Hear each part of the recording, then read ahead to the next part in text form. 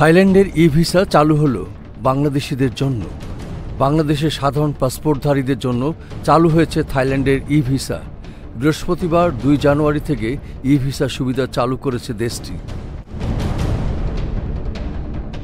ঢাকার থাই দূতাবাসের তথ্য বলছে, বাংলাদেশি সাধারণ পাসপোর্টধারীরা অনলাইনে আবেদন করে থাইল্যান্ডের ভিসা নিতে পারবেন।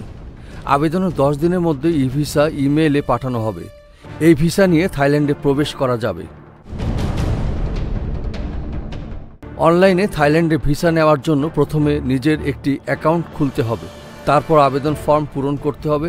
সেখানে প্রয়োজনীয় কাগজপত্র আপলোড করতে হবে। ক্যাটাগরি অনুযায়ী ভিসা ফিও অনলাইনে দিতে হবে।